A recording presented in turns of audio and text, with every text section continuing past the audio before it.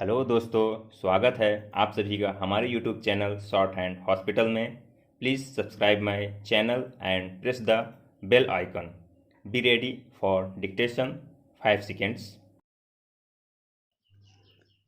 Start. Now, sir, honorable members will recall that the bill was introduced in the House of the People on the 2nd September 1953.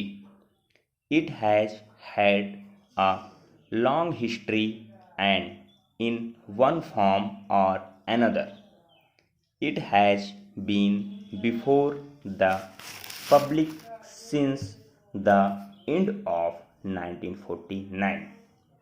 In the statement of objects and reasons, the various stages through which the bill has passed since 1946 have been summarized, and I need not recapitulate on this occasion the circumstances in which the then Government of India took the decision in early 1946 to initiate an inquiry into the reform of our company law. I would remind honorable members that between 1946 and 1948, the entire field of company law was carefully reviewed by two distinguished company lawyers who were appointed to recommend the broad lines on which the present act should be revised.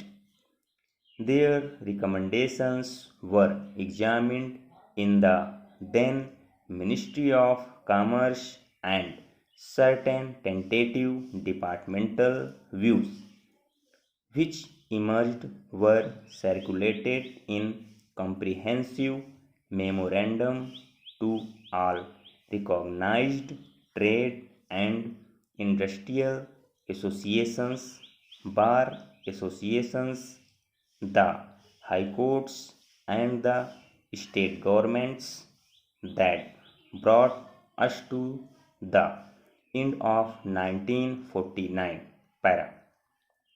Many representations on this memorandum were duly received from chambers of commerce, trade and industrial associations, state governments, and the general public. At the end of 1950, the Government of India appointed a committee under the chairmanship of Sri Bhabha to go into the entire question of the revision of the Companies Act, with particular reference to its bearing on the development of trade and industry in this country. Para. This committee examined a large number of witnesses in many parts of the country and submitted its report in March 1952.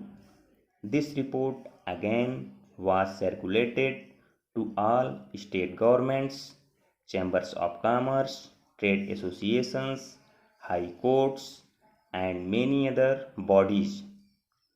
At the same time, a special officer was appointed in the Department of Economic Affairs, Ministry of Finance, to examine the report in the light of the views received from the interested public, and to submit proposals to government for the revision of the present act. The bill now before the House is based largely on the recommendations of the company law committee modified in a few particulars.